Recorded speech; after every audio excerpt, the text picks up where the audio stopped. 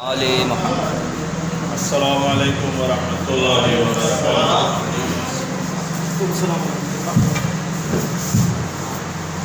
اعوذ باللہ من الشیطان الرجیم. بسم اللہ الرحمن الرحیم.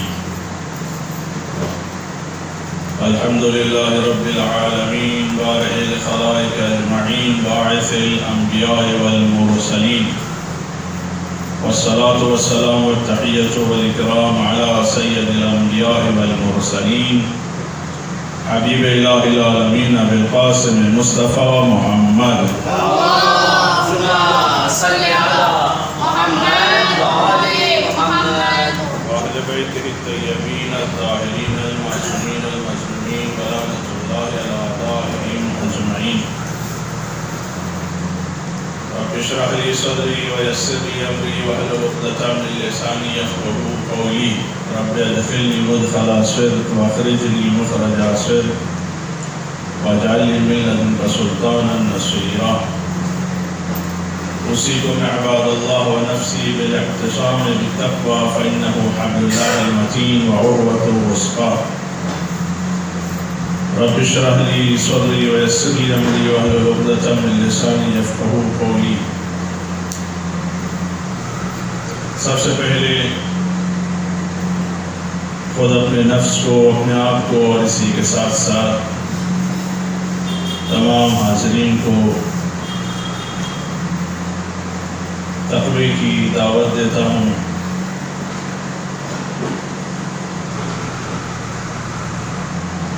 اور تقوی کے حوالے سے خداوند عالم نے قرآن مجید میں ارشاد فرمایا: یا ایھا الناس اعبدوا ربکم الذی خلقکم والذین من قبلکم لعلکم تتقون. اے انسانوں، اے لوگوں، عبادت کرو اپنے رب کی. کون سا رب؟ کیا خوبی ہے اس رب کی؟ کیوں اس رب کی ہم عبادت کریں؟ چونکہ وہ تمہارا خالق ہے. الذی خلقکم، اور نہ صرف تمہارا خالق ہے بلکہ تم سے پہلوں کا بھی وہی خالق ہے. تم سے پہلے جو بھی گزرے ہیں سب کا وہی خالق ہے. عبادت سے حاصل کیا ہوگا؟ لعلکم تتقون، تاکہ تمہیں تقوی حاصل ہو جائے، تاکہ تم متقی بن جاؤ. تو عزیزان گرامی،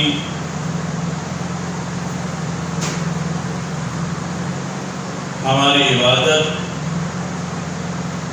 کہ جو کانسیپٹ یہ ہے عبادت کے حوالے سے، جب بھی لفظ عبادت استعمال ہوتا ہے تو ہم سمجھتے ہیں عبادت یعنی نماز پڑھنا، عبادت یعنی روزہ رکھنا، عبادت یعنی حج کرنا، عبادت یعنی عزاداری کرنا، اور بہت ہی گنتی کی اعمال میں ہم لوگوں نے عبادت کو محدود کر دیا اور ہم سمجھتے ہیں بس یہی چیز عبادت ہے.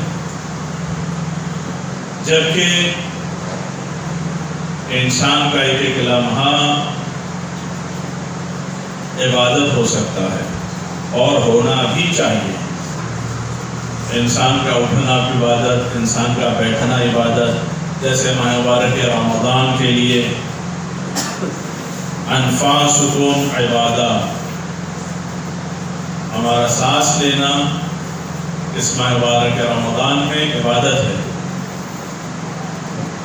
اسی طریقے سے پورے سال اگر ہم چاہیں کہ ہمارا ہر لمحہ عبادت میں گزرے تو سمپل سا کام کرنا ہے. ہمیں ہر کام، جو بھی کام ہے، کیونکہ جب انسان ہے تو یہ ہو ہی نہیں سکتا کہ کوئی کام نہ کر رہا ہو، یہ ممکن نہیں ہے. دیکھنا بھی کام ہے، سننا بھی کام ہے، بولنا بھی کام ہے، چلنا بھی کام ہے، یعنی کوئی چیز، سونا بھی کام ہے، اٹھنا بھی کام ہے. اگر انسان ہے تو یہ ہو ہی نہیں سکتا کہ کام نہ ہو. اب یا تو وہ کام بیکار ہوگا یا کارآمد ہوگا. بیکار کام کر رہا، بیٹھا ہوا ہے بس، کچھ بھی نہیں کر رہا، بیکار بنیا کیا کرے. لیکن نہیں، اسی بیکاری کو کارآمد بنا سکتا ہے۔ وہ بیٹھا ہے، فرصت دی ہے خداوند عالم نے اس کو، وہ خالی بیٹھا ہوا ہے۔ مجھے بیٹھا رہنا جو خالی بیٹھا ہوا ہے کام ہے، دیوار دیکھ رہا ہے، بس زمین دیکھ رہا ہے، پنکھا دیکھ رہا ہے، یہ بیٹھا رہنا اس کا کام ہے، کچھ نہ کچھ دیکھ رہا ہے، وہ بھی کام ہے۔ اور اسی کو عبادت میں گزار دو، تلاوت کرنے لگو، خالی بیٹھو تلاوت کرو، تلاوت نہیں کرنا ہے استغفار کرتے رہو۔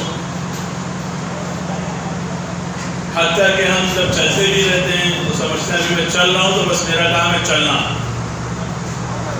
یہ چلنا ایک مباح کام ہے، لیکن اسی مباح کام کو عبادت میں بدل سکتے ہیں، ہم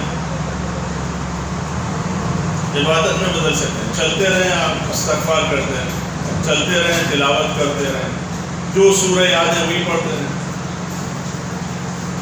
نہیں تو استغفار کرتے یا ذکر خفی کرتے رہے، ذکر خفی کا لا الہ الا اللہ، ایسا ذکر کہ انسان کرتا رہتا ہے اور کسی کو پتہ ہی نہیں چلتا ہے۔ مثال کے طور پر کہہ رہا ہوں استغفر اللہ ربی واتوب الیہ، استغفر، جو بھی دیکھ رہا سمجھ رہا ہے کہ یہ کچھ پڑھ رہا ہے، میں چاہتا ہوں کسی کو پتہ ہی نہیں چلے اور میں عبادت کر رہا ہوں، لا الہ الا اللہ کہتا رہے، منہ بند ہے، زبان ہل رہی ہے، لا الہ الا اللہ کہنے کے لیے ہونٹ پہ جنبش کی ضرورت ہی نہیں ہے، ہونٹ ہلانے کی ضرورت ہی نہیں ہے، سمجھے آپ؟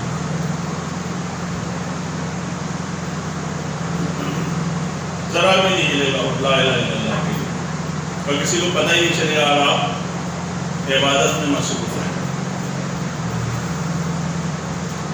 تو اس طریقے سے انسان ذکر کر سکتا ہے اور عبادت کر سکتا ہے، اور اسی طریقے سے چونکہ اب اللہ کے ذکر میں مصروف ہے، وہ راستہ چل رہا ہے اللہ کے ذکر میں مصروف ہے، ٹرین میں بیٹھا ہے اللہ کے ذکر میں مصروف ہے، آٹو میں بیٹھا ہے اللہ کے ذکر میں مصروف ہے، سائیکل چلا رہا ہے اللہ کے ذکر میں مصروف ہے، بائک چلا رہا ہے اللہ کے ذکر میں مصروف ہے۔ تو چونکہ مصروف ہے اللہ کے ذکر میں، تب گناہ سے بچا ہوا ہے، گناہ سے بچا ہوا ہے، عبادت میں اس کا بسر ہو رہا ہے۔ اور جب عبادت میں بسر ہو رہا ہے تو ظاہر سی بات ہے کہ جب انسان نے گناہ کیا ہی نہیں الحمدللہ، تو اس کا مطلب تقوی کی طرف بڑھ رہا ہے۔ لعلکم تتقون، عبادت کرو کیوں؟ لعلکم تتقون، نہیں کہ صرف نماز پڑھو لعلکم تتقون، نہیں کہ صرف روزہ رکھو لعلکم تتقون، نہیں کہ صرف حج کرو لعلکم تتقون، نہیں، خدا نے کہا کہ عبادت کرو، اپنے چلنے کو بھی عبادت بنا دو تاکہ تقوی حاصل ہو جائے، بیٹھنے کو بھی عبادت بنا دو تاکہ تقوی حاصل ہو جائے، کھانے کو بھی عبادت بنا دو تاکہ تقوی حاصل ہو جائے، حتیٰ کہ انسان ٹوائلٹ میں جا کے بھی عبادت کر سکتا ہے، ٹوائلٹ میں جا کے بھی عبادت کر سکتا ہے۔ ہاں آپ دیکھیے قول المسائل وغیرہ، ٹوائلٹ میں جانے کے آداب ہے کہ جاؤ تو مستحب ہے بائیں پیر سے جاؤ، یہ عبادت کیا اس نے، نکلو تو دائیں پیر سے نکلو، یہ عبادت ہے۔ جب اپنے فضلے پہ نظر پڑے اور ٹوائلٹ پہ نظر پڑے تو دعا ہے اس کے لیے، وہ دعا ہونا عبادت نہیں تو پھر کیا ہے؟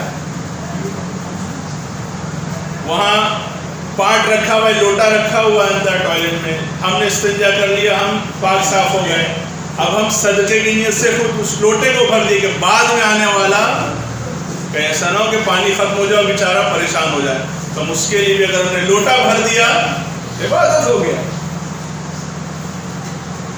چھوٹے چھوٹے کام ہیں جو ہم کچھ ویلیو نہیں دیتے ہیں، سمجھتے ہی نہیں اس کو، ہم سمجھتے عبادت کے لیے اتنا سب اہتمام کرنا پڑے گا تب جا کے عبادت ہوگی، نہیں، عبادت کی کیٹیگریز ہیں، درجات ہیں،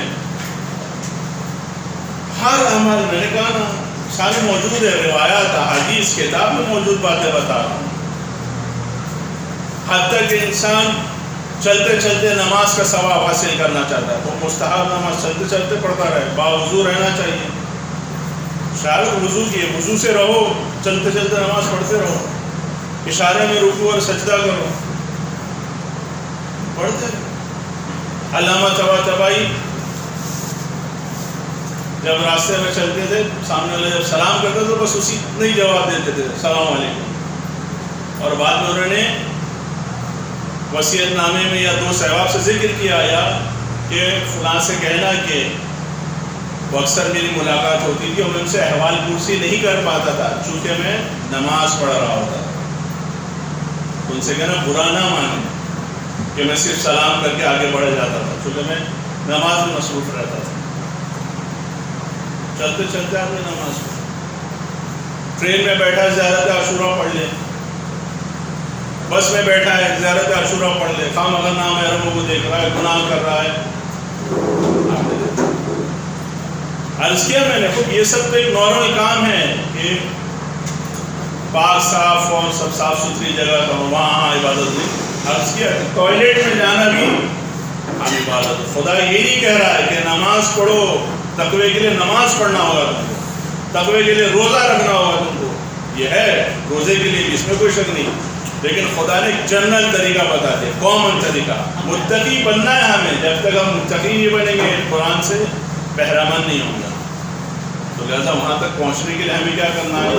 اپنے ہر لمحے کو، ہر چیز کو، اٹھنا بیٹھنا، آنا جانا، ملنا،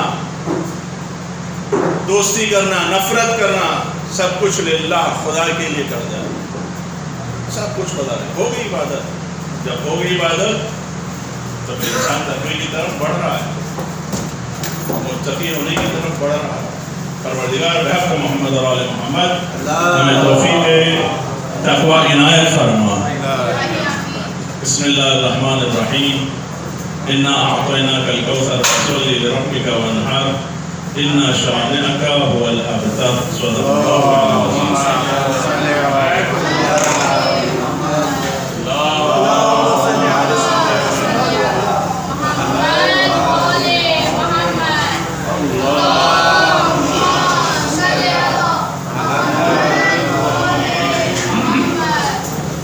اعوذ باللہ من الشیطان الرجیم، بسم اللہ الرحمن الرحیم، الحمد للہ رب العالمین، بارئ الخلائق اجمعین، باعث الانبیاء والمرسلین، والصلاة والسلام والتحیۃ والاکرام علی سید الانبیاء والمرسلین، حبیب الہ العالمین ابی القاسم مصطفیٰ محمد،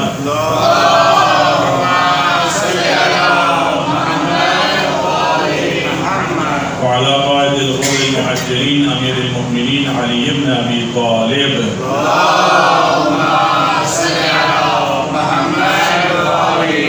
وعلى بزهة خاتم النبيين فاطمة بنت محمد،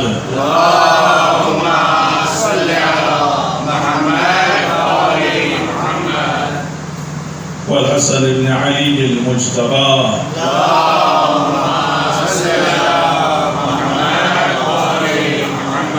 والحسين بن علي الشهيد بكربلاء،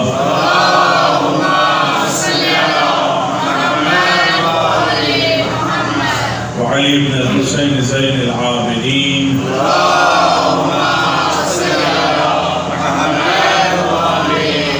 ومحمد بن علي الباقر،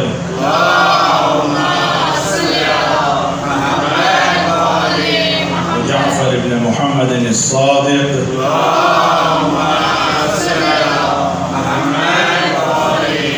وموسى بن جعفر الكاظم،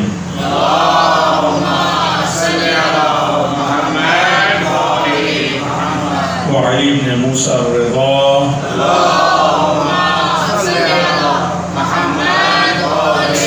ومحمد بن علي التقي،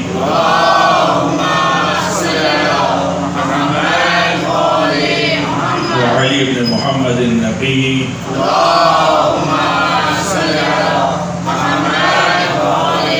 والحسن بن علي العسكري،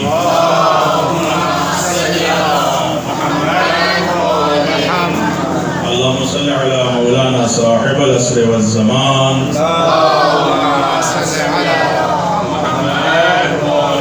اللهم عجل فرجه وسهل مخرجه واللعنة الدائمة على أعدائهم أجمعين. أوصيكم عباد الله ونفسي بالاعتصام بالتقوى فإنه حبل الله المتين وعروة الوثقى. دوبارہ سب سے پہلے خود اپنے نفس کو اور اسی کے ساتھ ساتھ آپ تمام حاضرین کو تقوی کی دعوت دیتا ہوں، اور دوسرے خطبے کے حوالے سے جو مناسبتیں ہمارے سامنے ہیں جو مذہبی مناسبتیں ہیں اس میں سب سے پہلے ولادت با سعادت امام حسن عسکری علیہ السلام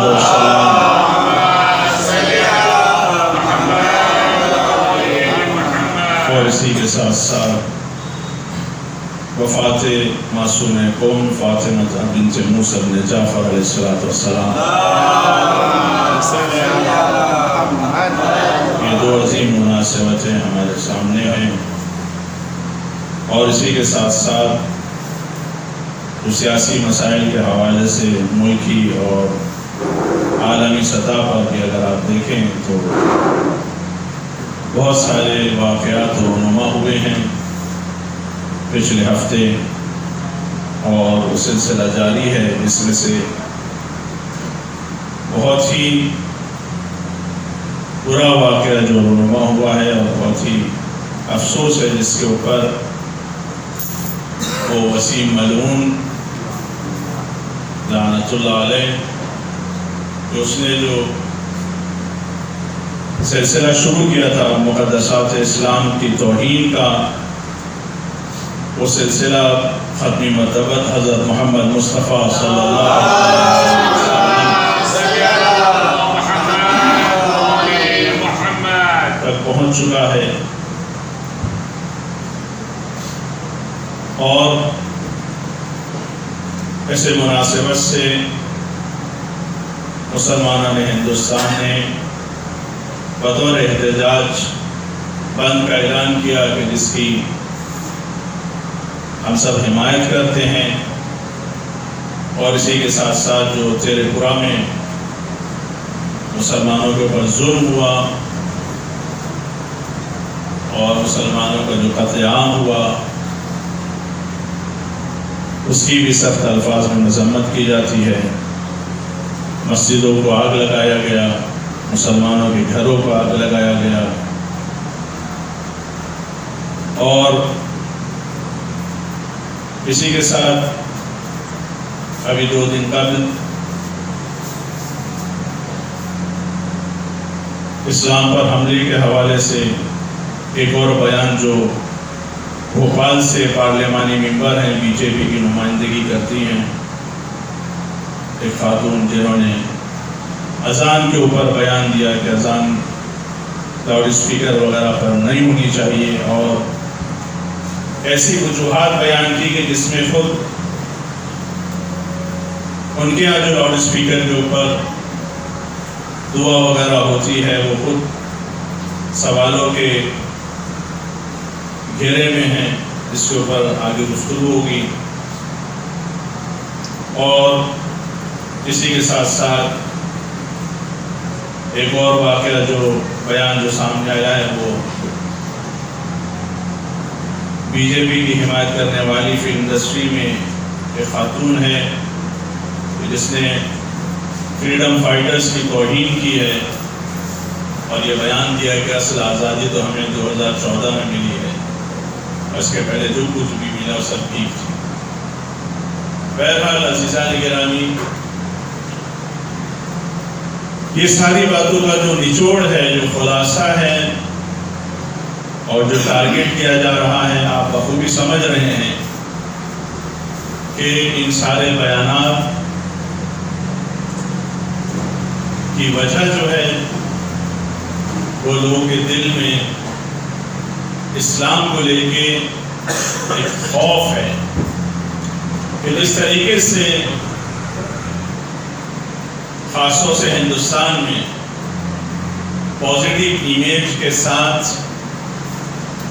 اسلام پھیل رہا ہے، اور چاہے لوگ مسلمان نہ ہو رہے ہوں لیکن غیر مسلمان بھی آپ دیکھ رہے ہیں کہ باقاعدہ اسلام کو اسٹڈی کر رہے ہیں، اور جب اس طرح کی توہین ہوئی، چاہے وہ ملعون وسیم کی طرف سے ہو یا بھوپال کی خاتون کی طرف سے ہو یا اور بھی دیگر بی جے پی کے عہدیداروں کی طرف سے جو ہوئی ہے توہین، تو آپ خود دیکھیں کہ اس کے مقابلے میں صرف مسلمان نہیں، خود ہندو حضرات نے، ہندو برادری نے بھی سٹینڈ لیا ان کے خلاف،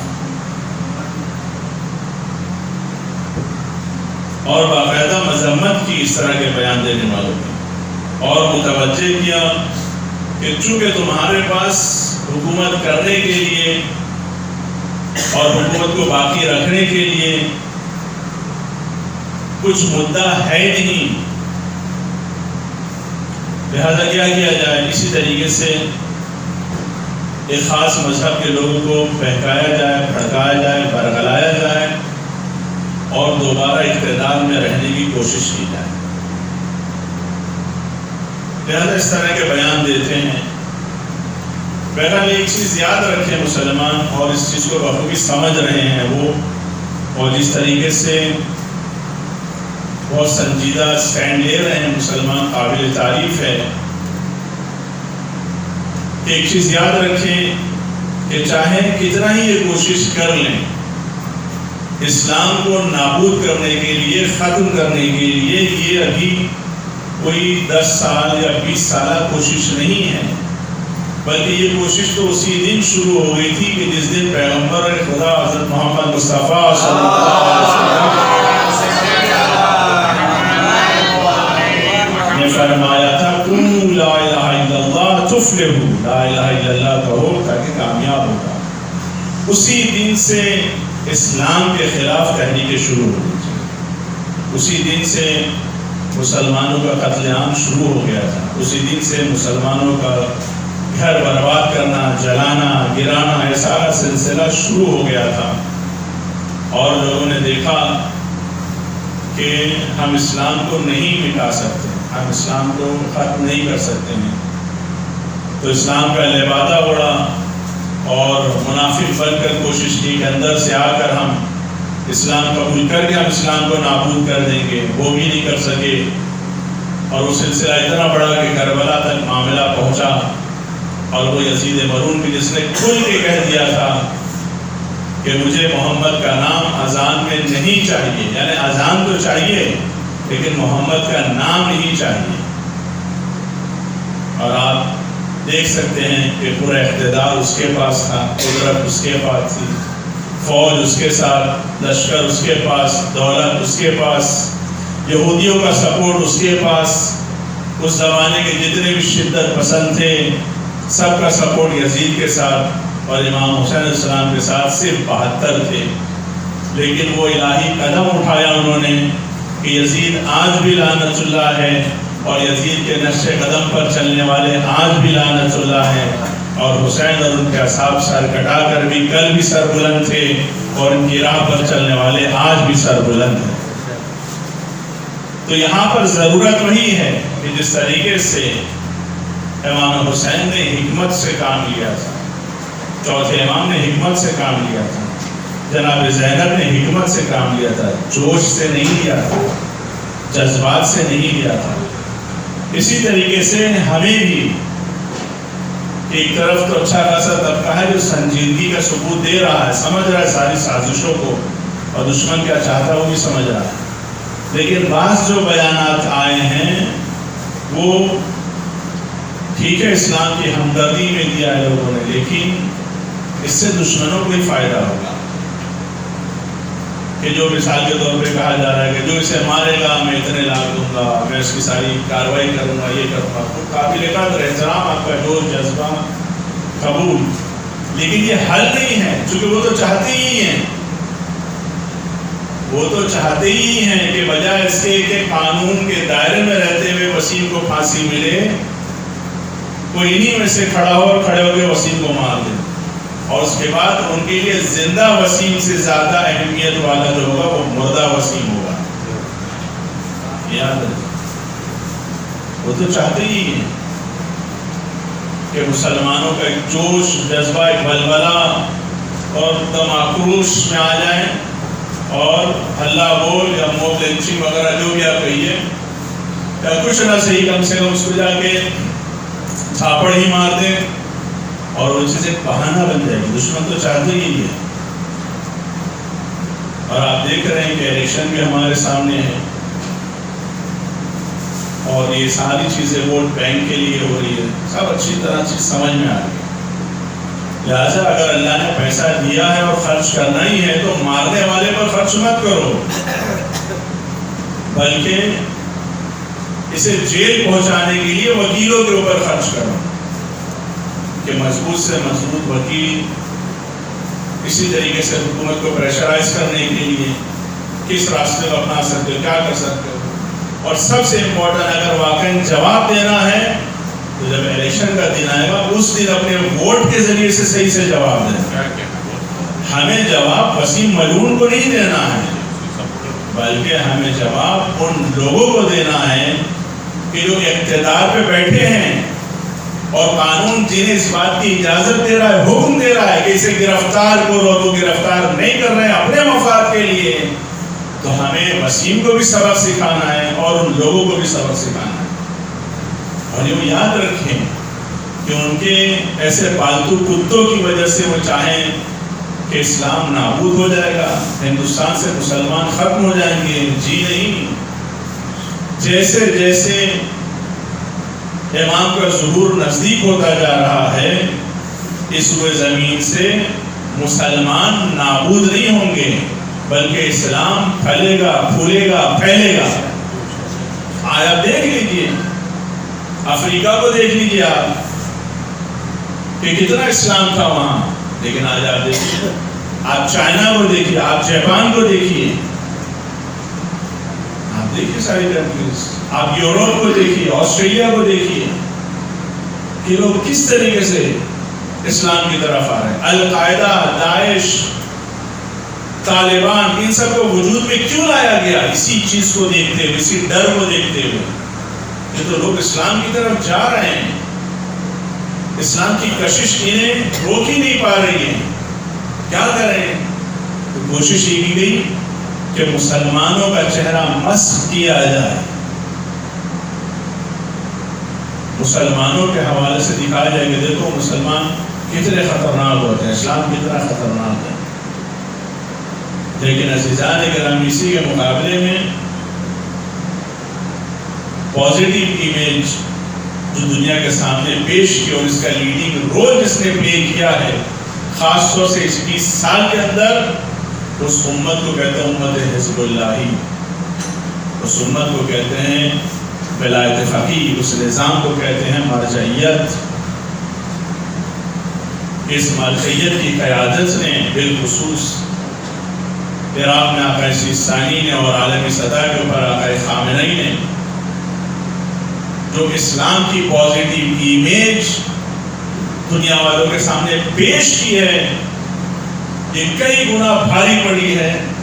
القاعدہ، داعش، امریکہ، آسٹریلیا، یوروپ، ان ساروں کی سازشوں کے اوپر سب پہ ناکام، سب پہ پانی پھیر دیا گیا. ان دو عظیم ہستیوں کی حکمت نے وجہ سے کہ جوش سے کام لیتے، نوجوانوں کو بھڑکاتے، نکلو میدان میں آؤ، یہ کرو وہ کرو، نہ حکمت سے کام لیا. کیا کیا انہوں نے؟ نوجوانوں کو علم کے لحاظ سے مضبوط کیا، عمل کے لحاظ سے مضبوط کیا، ٹیکنالوجی کے لحاظ سے مضبوط کیا. آج آپ دیکھ رہے ہیں جو اسلام دنیا میں پھیل رہا ہے، تشیع پھیل رہا ہے، وہ صرف ٹیکنالوجی کی وجہ سے نہیں ہے، علم عمل کا مجموعہ ہے، تعلیم اور تربیت کا مجموعہ ہے. تو کچھ ہم دیکھ رہے ہیں، ورنہ ان لوگوں نے جو پلان کیا تھا عزیزان گرامی، آپ اچھی طرح جانتے ہیں، آپ پڑھیے جو اسٹریٹجی تھی ان لوگوں کی داعش وغیرہ کے بعد خاص طور سے، کہ نہ صرف عراق اور نہ صرف سیریا بلکہ پورا ایران اور ہندوستان تک ہر وہ جگہ کے جہاں امکان تھا مسلمانوں کے کھڑے ہونے کا، موومنٹ کا، تحریک کا، ان سب کو نابود کرنا تھا اسرائیل کو بچانے کے لیے. جو کچھ بھی ہو رہا تھا کہ ہندوستان میں بھی جو سازش ہو رہی ہے سب کچھ صرف اور صرف اسرائیل کو بچانے کے لیے، اسرائیل کی ایمان کے اوپر خود کو بچانے کے لیے. اسرائیل کو بچانے کے لیے خود مشکلوں میں گرفتار ہو گئے اور ان سب کو بچانے کے لیے وسیع مشکلوں میں گرفتار ہو گئے. یہ سمجھ رہا تھا کہ اپنی حرکتوں سے اوقاف کو ہڑپ کر کے، اوقاف کو گھبن کر کے میں ان ظالموں کی مدد کروں گا. اس میں ایسا گرفتار ہوا کہ اپنی آخرت بھی برباد کر دیا اس کے پاس کوئی نجات کا ذریعہ نہیں ہے، کوئی راستہ نہیں ہے اس کے پاس۔ یہ سب عبرت ہے ہم لوگوں کے لیے کہ ہمیں بجائے اس کے کہ ظالم کو اگر انہیں ذرہ برابر بھی ظالم کو سپورٹ کیا عزیزان گرامی تو یہی انجام ہوتا ہے جو ہمارے سامنے وسیم ہے، یہی انجام ہوتا ہے کہ اسی ذرے کو بچانے کے لیے انسان کو اپنی آخرت کا سودا کرنا پڑتا ہے۔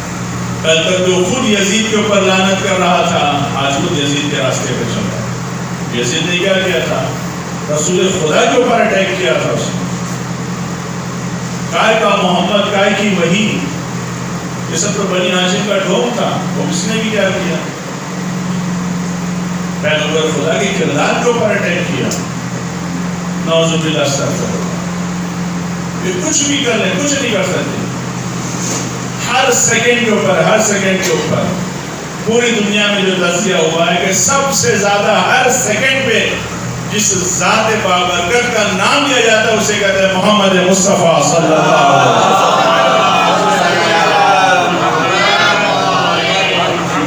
آسانی سے اس کو ختم کر سکتے ہیں، نابود کر سکتے ہیں نہیں، لیکن ہاں یہ ہمارا امتحان ہوتا ہے، ہماری حکمت عملی کا، ہمارے اسٹینڈ کا، ہماری قیادت کا، ہماری رہبریت کا، ہماری یونیٹی کا، ہمارے اتحاد کا ہمارا امتحان ہوتا ہے۔ لہٰذا ہمیں زیادہ سے زیادہ منظم ہونا ہے، جس طریقے سے باطل منظم ہے اسلام کے خلاف، اس طریقے سے ہمیں اسلام کی حمایت میں منظم رہنا ہے، متحد رہنا ہے، سپورٹ کرنا ہے اور قیادت کے ساتھ آگے بڑھنا ہے، لیڈرشپ ہونی چاہیے۔ اور سب سے اہم، سب سے بہترین موقع جو رہتا ہے جواب دینے کا، یہ الیکشن کا وقت ہے۔ یہ نہ دیکھیں کہ کھڑا ہونے والا جو ہے وہ کس مذہب کا ہے، کیا یہ دیکھیں کھڑا ہونے والا انسان ہے کہ نہیں، کھڑا ہونے والا عدل سے کام لے گا کہ نہیں، وہ اہمیت رکھتا ہے۔ ہمارے لیے سب سے اہم شرط جو ہے حاکم کے لیے ہے کہ وہ عادل ہو، عدالت سے کام لیتا ہے کہ نہیں لیتا۔ الملک یبقی مع الکفر ولا یبقی مع الظلم۔ اگر کسی نظام کا، کسی حکومت کا، کسی اقتدار کا حاکم غیر مسلمان ہے لیکن عادل ہے تو حکومت باقی رہ سکتی ہے، لیکن مسلمان ہے اور ظالم ہے وہ حکومت باقی نہیں رہ سکتی۔ عراق ہمارے سامنے، صدام باقی رہا نہیں، شاہ ایران باقی رہا نہیں، بہت سارے اس طریقے سے آپ دیکھ لیں نہیں باقی رہے، سب نابود ہو گئے۔ تو عزیزان گرامی، خداوند نے جو عزت دی ہے ہمیں اسے آپ سمجھیں کہ نہ صرف ہم جو ہم سے وابستہ ہو گیا، آج خدا نے اس کو کتنی عزت دے دی۔ بشار الاسد کو آپ دیکھ لیجیے کہ بشار الاسد جس نے سیریا کو سرنڈر کر دیا تھا، حوالے کر دیا تھا داعش کے کہ نہیں میں ہٹ رہا ہوں، لیکن آقا خامنہ ہی نے کہا کہ نہیں، بشار الاسد باقی رہے گا، اسے رہنا ہے، اسے رہنا ہے، وہ رہے گا، وہ باقی رہے گا، اور پوری طریقے سے حمایت کی۔ اس کے مقابل میں آنے والوں میں سے ایک ملک اور کون تھا؟ عرب امارات تھا، کہ جس نے پیسہ، ڈالر، درہم، دینار، اسلحہ سب کچھ اس بات پہ خرچ کیا کہ بشار الاسد باقی نہ رہے۔ لیکن ابھی پچھلے ہفتے وہیں کا وزیر خارجہ کئی سال کے بعد سیریا گیا تھا دورے کے اوپر۔ آپ نے دیکھا خدا نے کیسے ذلیل کیا۔ بشار الاسد کس کی وجہ سے باقی ہے آج؟ امت حزب اللہ کی وجہ سے، حسینیوں کی وجہ سے، عزاداروں کی وجہ سے، اسلام کی صحیح امیج دنیا والوں کے سامنے پیش کرنے والوں کی وجہ سے۔ کہ خدا نے آپ دیکھیے آپ کو بھی سر بلند رکھا، اور جو آپ کے ساتھ جڑ گیا اس کو بھی ایسا سر بلند رکھا کہ اسے جو جھکانا چاہ رہا تھا آج وہ اس کے سامنے جھک رہا ہے۔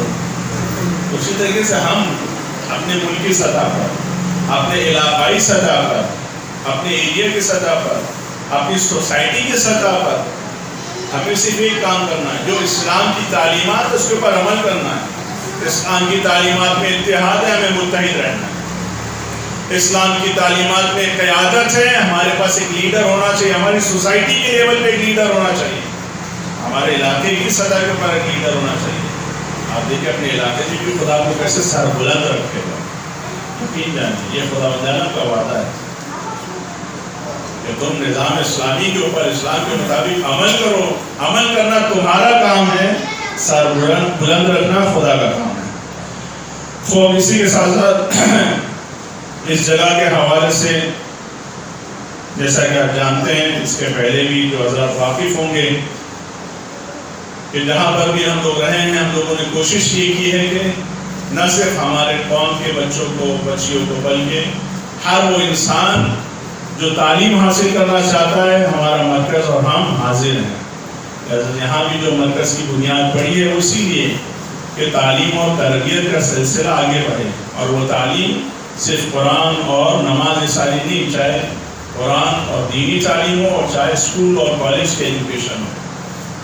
ہم لوگوں نے ہمیشہ یہ کوشش کی کہ جو ہمارا مرکز رہے, جو ہمارا امام باڑہ رہے, وہاں سے صرف قرآن کی نہیں بلکہ سائنس کی بھی تعلیم ہو, بایولوجی کی بھی تعلیم ہو, اسکول کی بھی تعلیم ہو, کالج کی بھی تعلیم ہو.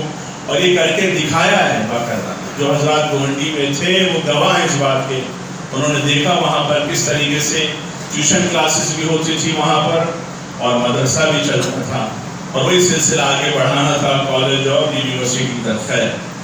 خدا عالم نے یہاں پر بھی امکان فراہم کیا. یہ مرکز آپ کا اپنا مرکز ہے, یہ ادارہ آپ کا اپنا ادارہ.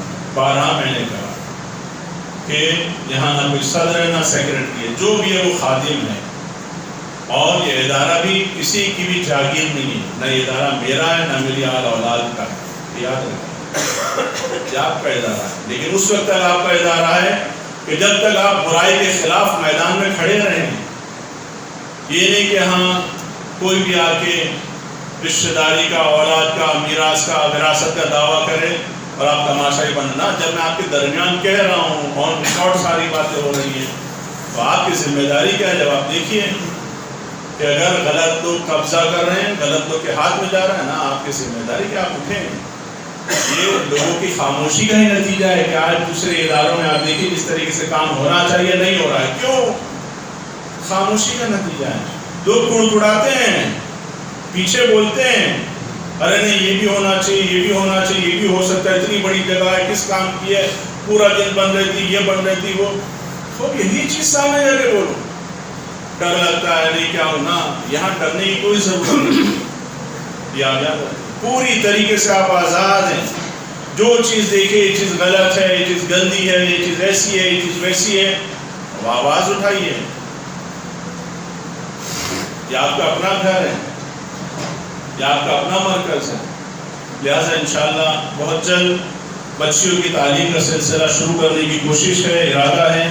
اس میں بہرحال آپ حضرات کے تعاون کی ضرورت ہے, سپورٹ کی ضرورت ہے. ہر طریقے سے جو جس طریقے کا سپورٹ کر سکتا ہے یہ مرکز حاضر ہے. اور نہ صرف ہمارے اپنے بچوں کے لیے نہیں, عالم انسانیت. میں نے کہا کہ امام کی بارگاہ کا مطلب یہ نہیں کہ شیعوں کے لیے, امام کی بارگاہ کا مطلب یہ نہیں کہ عزاداروں کے لیے, امام کی بارگاہ انسانوں کے لیے. ہر وہ انسان جو امام سے استفادہ کرنا چاہتا ہے, امام کی بارگاہ اس کے لیے تھی, ہے, رہے گی.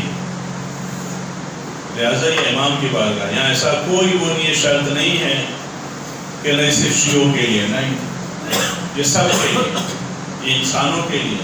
جب امام بارگاہ ہے تو انسانوں کے لیے, خدا کا گھر ہے تو انسانوں کے لیے. خدا صرف ایک طبقے کے لیے نہیں ہے, نہیں, سب کے لیے, تمام زیروں کے لیے, تمام کائنات کا خدا ہے. تو ہماری ذمہ داری ہے کہ ہم جو بھی ایکٹیویٹیز کریں سب کے لیے کریں, سب کو کوآپریٹ کریں, سب کی مدد کریں. لہٰذا اس معاملے سے, اس حوالے سے انشاءاللہ آگے جو بھی پلاننگ ہوگی, برنامہ ریزی ہوگی, آپ حضرات کو آگاہ کیا جائے گا. جس طریقے سے ابھی آپ دیکھ رہے ہیں, جو چیز دیکھ رہا ہے, سمجھ رہا ہے کہ یہاں یہ چیز کی ضرورت ہے, خود سے لا کر دے رہا ہے, نہ مانگنا پڑ رہا ہے, نہ کہنا پڑ رہا ہے. اسی طریقے سے سلسلے کو جاری و ساری رکھیے. آپ یقین جانیے کچھ عرصے بعد آپ خود دیکھیں گے کہ خدا آپ میں سے ایک ایک فرد کو کس طریقے سے سر بلند رکھے گا. یقین. اور جب وہ سلسلہ آگے بڑھے گا تو یقیناً وہ سلسلہ خدا آپ کے اولاد تک بھی وہ فائدہ پہنچے گا. کیونکہ جناب سیدہ نے فرمایا کہ الجار ثم الدار، پہلے پڑوسی پھر گھر والے۔ جناب سیدہ کی اس حدیث کو کبھی آپ غور سے سوچیے گا، اگر واقعاً عالم انسانیت اس حدیث کے اوپر ہر انسان اگر عمل کرنے لگے تو پلٹ کے اس حدیث کا فائدہ دوبارہ اس کے پاس آئے گا، اس کے پاس آئے گا، بلا تفریق مذہب و ملت، چاہے شیعہ ہو، سنی ہو، ہندو ہو، یہودی ہو، مسیحی ہو، کوئی بھی ہو، اس حدیث کی گہرائی میں جائیے گا آپ کو اندازہ ہوگا۔ پروردگار بحق محمد و آل محمد امام زمانہ کے ظہور میں تعجیل فرما، ان کے ظہور کو ہمارے لیے عافیت قرار دے، ہم کو ان کے اعوان انصار میں شمار فرما۔ پروردگار ہمارے بچوں کو دنیا اور آخرت کے ہر امتحان میں کامیابی و کامرانی عنایت فرما۔ پروردگار مقروضوں کے قرضوں کو ادا فرما، پروردگار کے روزگاروں کو روزی عنایت فرما، ہر سر روزگار کی روزی میں خیر و برکت و وسعت عنایت فرما۔ پروردگار مقامات سے مقدسہ کے محافظین کی حفاظت فرما، پروردگار مقامات سے مقدسہ کی زیارت نصیب فرما، بالخصوص اربعین میں زیارت کربلا نصیب فرما، بار بار نصیب فرما۔ بسم اللہ الرحمن الرحیم، قل هو اللہ احد اللہ الصمد، لم یلد ولم یولد ولم یکن له کفوا احد۔